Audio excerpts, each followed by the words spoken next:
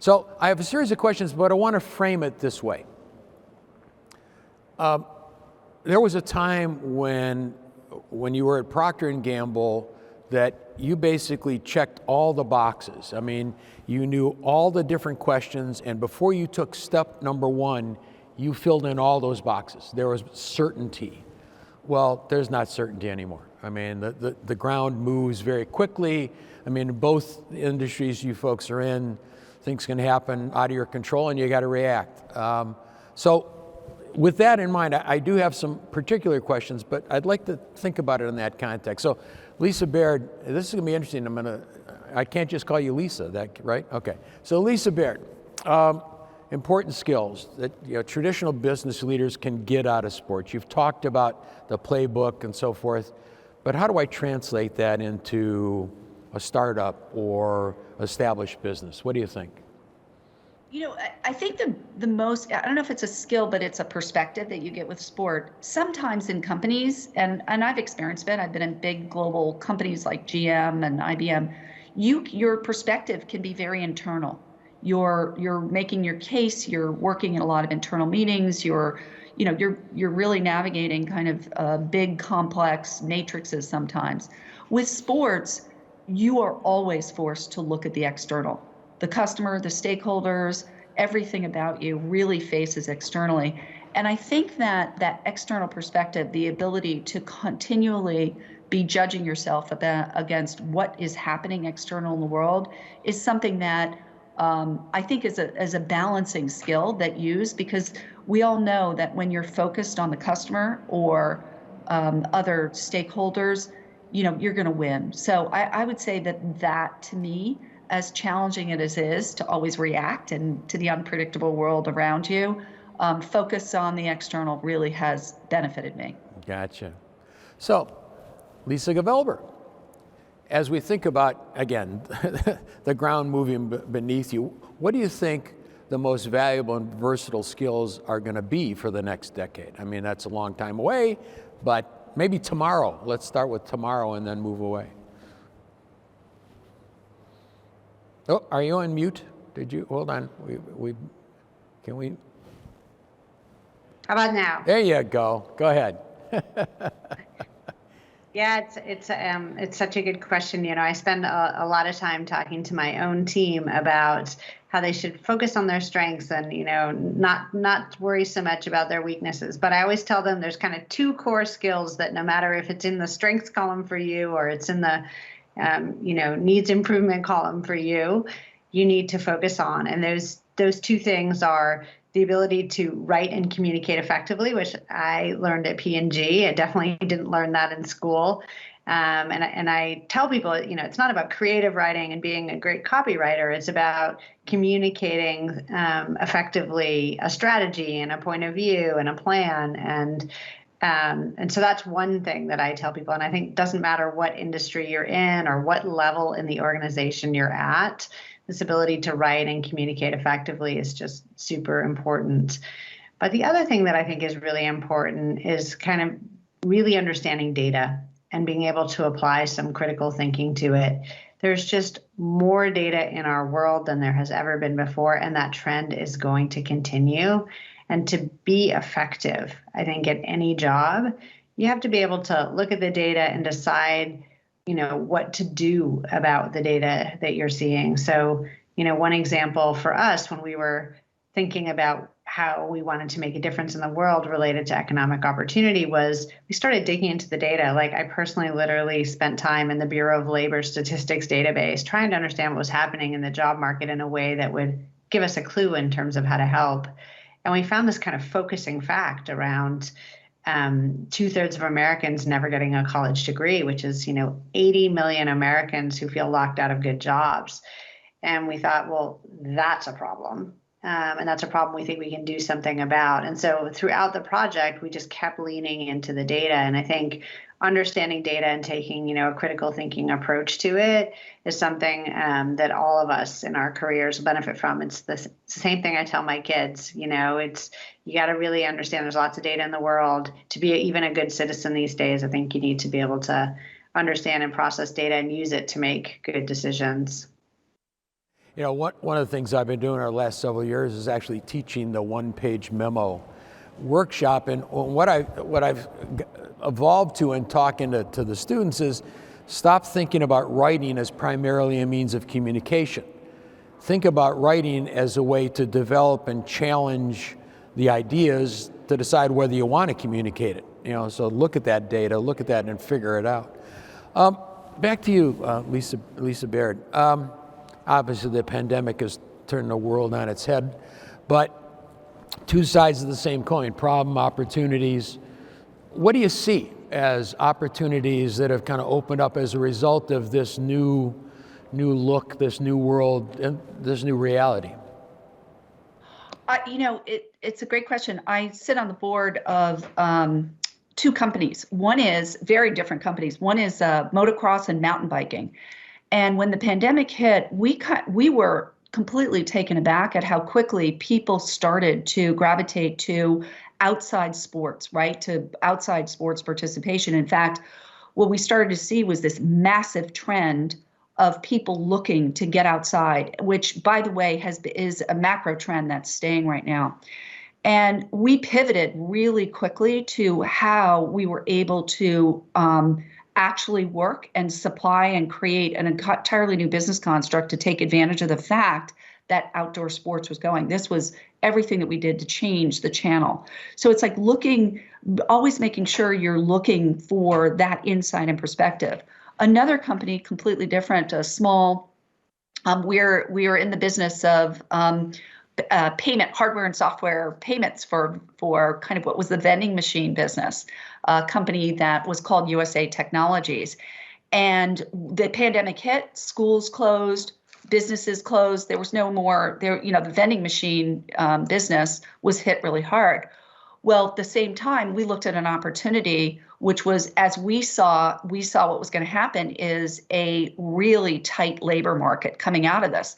All of when you started to look at economists, et cetera, we were able to look at it. We completely refamed the company. We rebranded the company away from kind of an old school technology brand to a SaaS product that we had, and created something called micro markets, which really benefits unattended retail. And we were able to pivot our technology really quickly to companies and start to make the value proposition to say, look, this is a way for you to have, kind of all new mechanisms to sell your product, particularly in micro markets, without a reliance on the need for human labor. So those are two examples.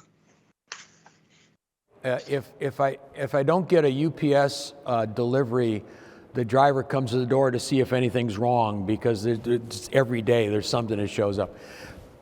Lisa Gevelber, your whole idea of extending Google, talking to people who don't have degrees, allowing people to be their best selves, and have the opportunity to really enjoy the world. Are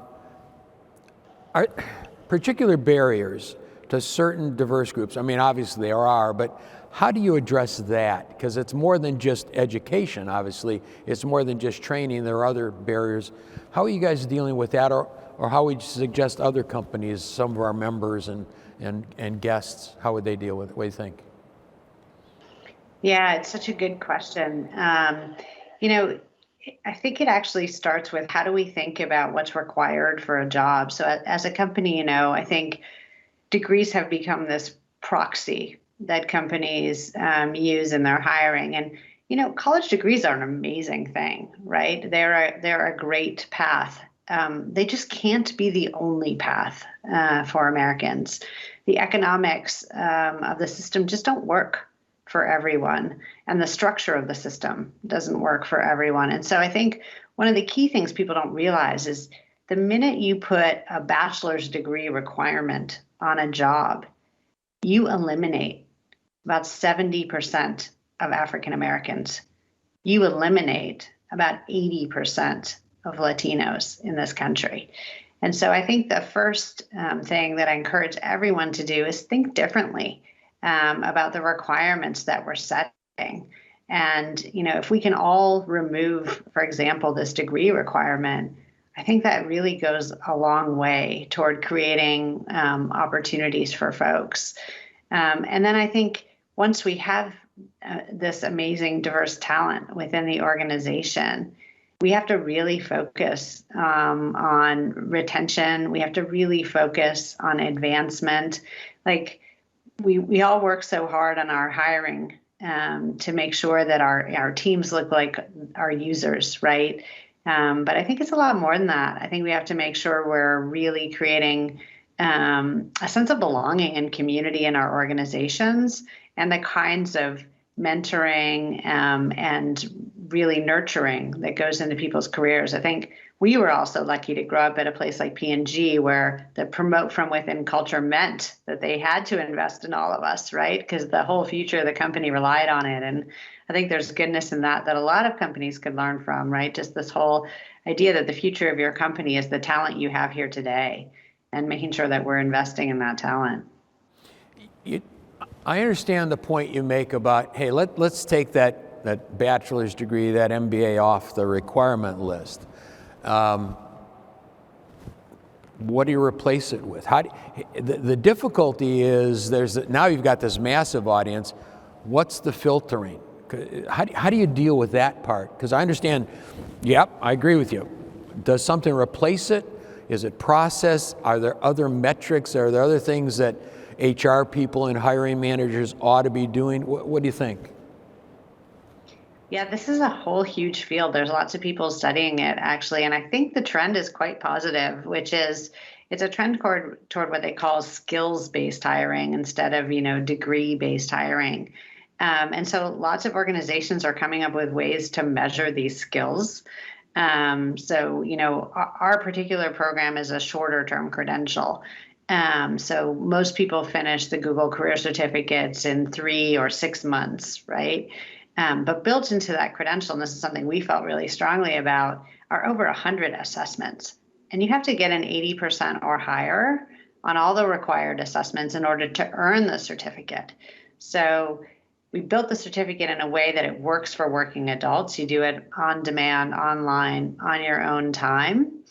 But we didn't let go of this idea that you still need to demonstrate mastery, right? And that's really important because we want the person who gets the job to succeed in the job, right? And not just get the job. But it's also really important to employers, right? They needed to know that this credential is super rigorous, that if somebody came with the credential, that they knew they were capable of the job. And that's why, we involved employers as we built the career certificates. Each one of them, we involved top employers who hire in those fields in actually giving us a sense of what they're hiring for. And many of them actually gave us the assessments they use.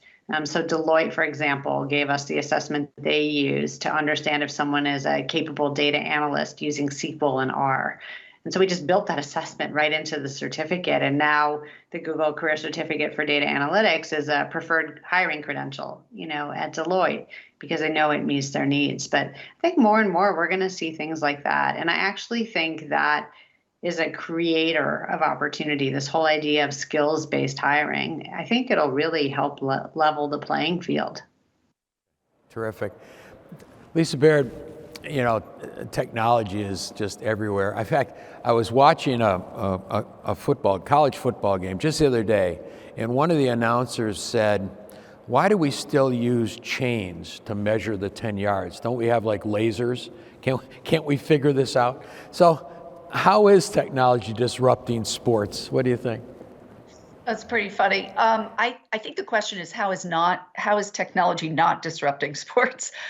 If you look at the thing that we experience sports through, of course, is through video, right? It's through TV. Still, I think that it's still the biggest mass collector of live sports. But what I find interesting about technology is how technology is changing the actual structure of the business around sports. Let's take, for instance, sports betting. One of the biggest new industries that really was enabled by the technology, by regulation change, et cetera, to take advantage and create entirely new revenue streams and an entirely new industry that basically sprung up overnight enabled by the ability to use technology to place sports bets and place them in a way that was so engaging to the fan. If you look at, things early on, sports has always proven itself to be pretty flexible, except for those chains you talked about. When it comes to on the field, they're a little bit more traditional in terms of this. But when you look at technology and how that has enabled the fans' viewing experience to change, it's actually been really interesting to see how much closer we're able to get to sport through the use of technology, whether it's, things like, how visuals and graphics work, but also the ability to get information, statistics, et cetera. But one of the things I like the most that I think is something that people don't talk about, because we mostly talk about professional sports, is the enablement of sports communities through new applications like Strava. Strava is an application that is targeted cyclists and triathletes and other runners, et cetera. And it's this app that really has come about. It's in 195 countries. It has 90 million subscribers, 2 million added every month.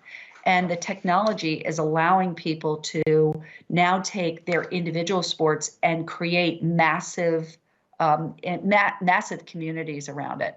So one of the things that I'm seeing as a sports industry is this change to participation and change to individual pursuits, or that opportunity for sports becoming almost like really becoming big, when most of our attention is always on what we see on TV as fans. So keep looking for those macro trends: health, outdoor, communities, exercise, to create really new technology that's going to change people's lives. We're talking with some of the folks who are making this happen, and we're actually talking about the 2023 conference. And I started to ask questions about, well, what could we do? Could we do this and could we do that? And a couple of folks, Patrick Blair and Doug James, who both work for the company and work in Mark's group, laughed at me and said, Ed, the technology is going to change so quickly in the next 2 years. What are you talking about? So Lisa Gevelber, talk to us. Where do you think it's going? What are the big opportunities that may grow out of even near-term technology changes? Because it's hard to look much further out because it changes so quickly. What do you think? Yeah, there's so much. It's easy for all of us to focus on the bad things that came out of the pandemic, and there were many of those. But it's interesting. One of the things that we've been looking at the data on are some of the good things that actually have arisen. And one of those things has actually been, believe it or not, opportunities for a small business. So I know the pandemic's been really hard on small businesses, certainly the most challenging time many of them have faced. But technology has actually been an enabler, kind of a safety net amidst all of that challenge over the past year. And what we've seen in countries like Brazil, for example, is we saw about 13 years worth of digitalization happen in a year, right? And that was a real accelerant for the growth of small businesses. And, just to kind of put it in practical everyday terms, right? We all know our local, Main Street shops, for example, and many of them were limited to truly their local physical markets. But when you have, 13 years of digital acceleration in a year, what happens to these small businesses all over the world is that they have access to new markets, to new customers for their products, right? And so we did a bunch of quantitative research on this. And what we saw was that just shy of 60% of businesses told us that digital tools were essential to surviving and even in many cases growing through the pandemic. 30% of those businesses actually said, if I hadn't had digital tools, I for sure would have had to close my doors. And interestingly, it's even more true among businesses that are led by founders from underrepresented groups. 70% of them say that digital tools were a safety net for their survival of the pandemic. And I think it really is a testament to how these tools really have helped them access bigger markets, more customers, put their products in front of more people. And so, I'm always the one kind of looking for the good, even in these times of challenge. And I think, just seeing how these digital tools have served small businesses all over the world, I think has been one of the good things that's happening with technology, and I think will really just continue to happen. Yeah, it's funny, when I took over this Leadership on Paper program, it was all done in person. So I would spend 45 weeks a year flying around, right? And now it's all done remotely, right? And I got to tell you, I'm not all that excited about going back to airports 4 days a week. So I don't know how this is going to work. So for us old guys, right? Old guy, right here, old guy, right? I remember in one of the classes, I said, okay, we're going to take a break, come back at the bottom of the hour.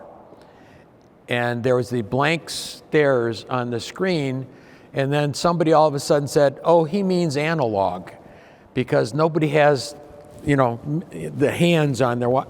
I said, I'm going to get back to you because all your parents are going to write their wills in cursive and you're all out. So I'm going to put you both on the spot.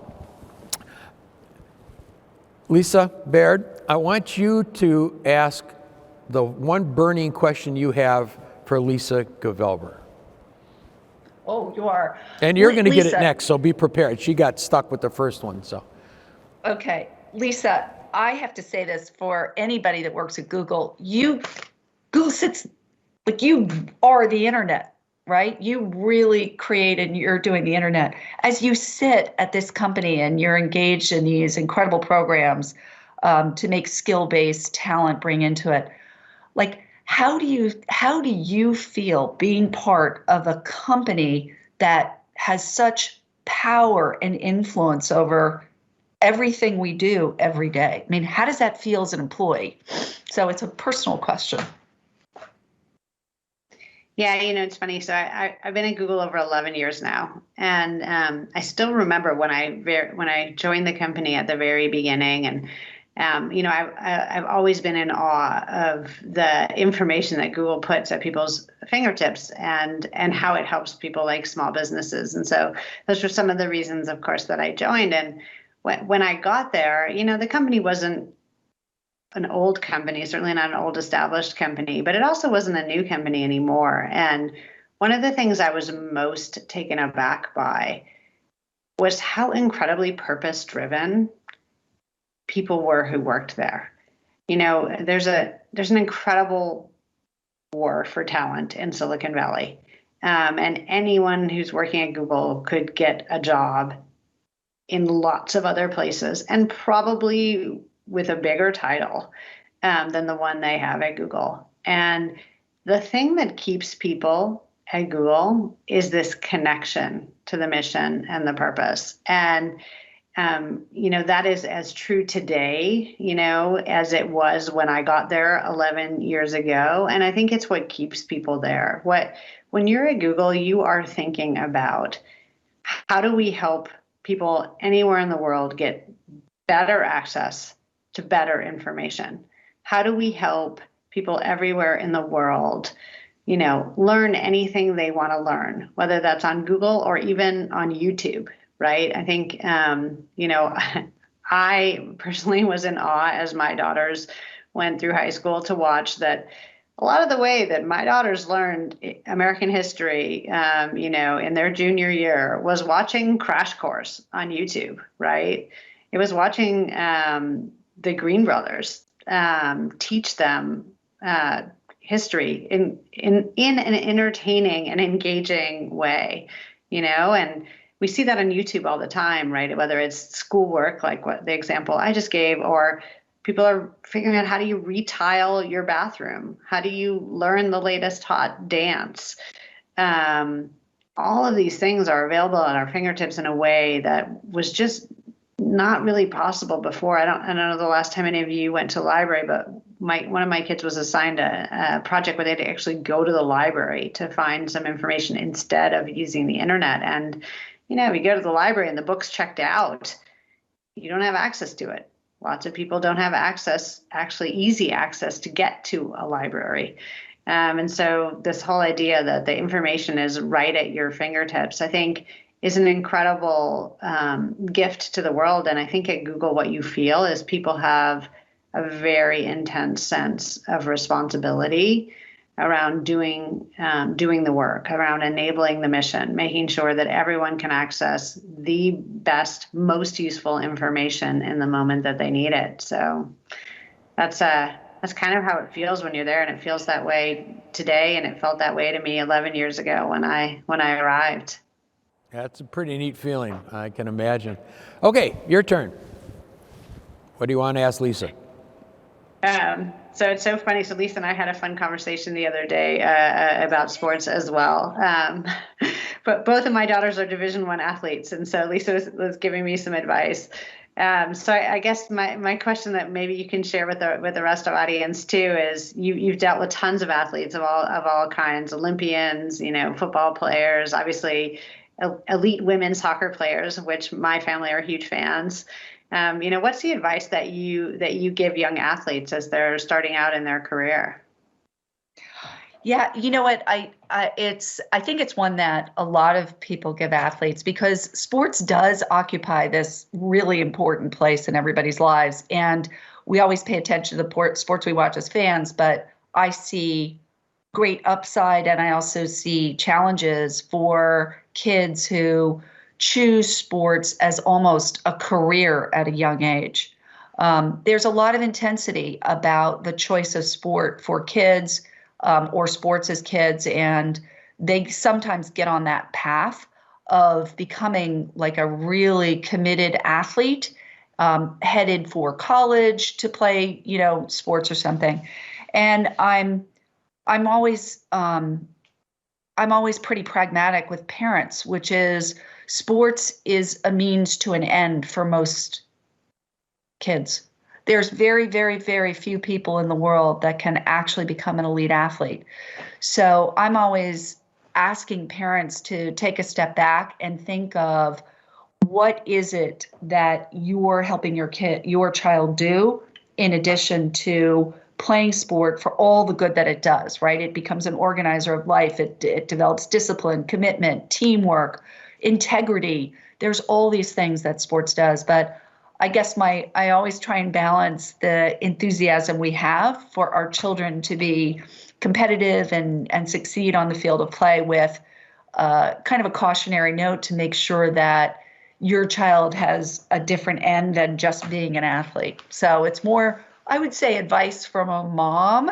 Not that my kids were elite athletes by any stretch of the imagination, but I always try to tell people, be a parent first, and that's going to be your best guide to help your child.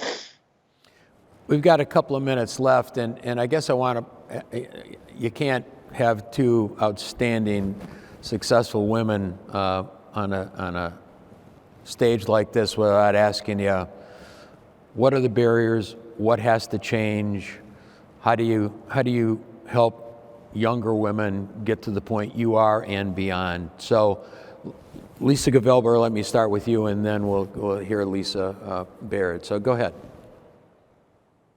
Yeah, one of the other pieces of data that we've seen through the pandemic that has really, I think, hit home on this topic has been the number of women leaving the labor force. I think the number's 2.5 million or something American women have left the labor force since the pandemic started. And I honestly think maybe there's a silver lining somewhere that this will cause organizations to focus more on not only hiring but retaining women and making sure that flexibility is built in from the get-go, right? I think there's been a lot of thinking about flexibility now that we're all online, as you were just talking about, Ed, and your teaching of writing virtually. I think it'll be interesting to see how much more we can all think about and invest in flexible work arrangements. And I think that'll help a little. I think it'll at least help this transition back into the office as we're all going back. I think that'll help a lot of folks. Good. Lisa? I'll just answer it quickly. I think, packaged goods, P&G, it was an enlightened industry. And I think because women are the primary buyers, that, it truly was, going after what was right for the business by early on being a leader and promoting women and getting women into, big management positions, et cetera. I spent my time in industries that tended to be more male dominated, automotive, sports, even technology, Lisa, I think you'll agree. And I started to get frustrated when I looked above me. I kept looking ahead at who was leading leagues or who was at the top of the chain. And I stopped. I said, that's frustrating. I'm not going to look at who's ahead of me and who's leading. I'm going to start looking below me and start mentoring, really actively mentoring and pulling women through our system. And I'm really proud of that change in perspective. And now, I think one of the things that I quite like as a dynamic is I'm seeing a huge attention being spent at getting women on boards of companies where they can have enormous impact and influence. And I like that, whether it's done by regulation or whether it's done by stakeholder groups asking boards to be more diverse.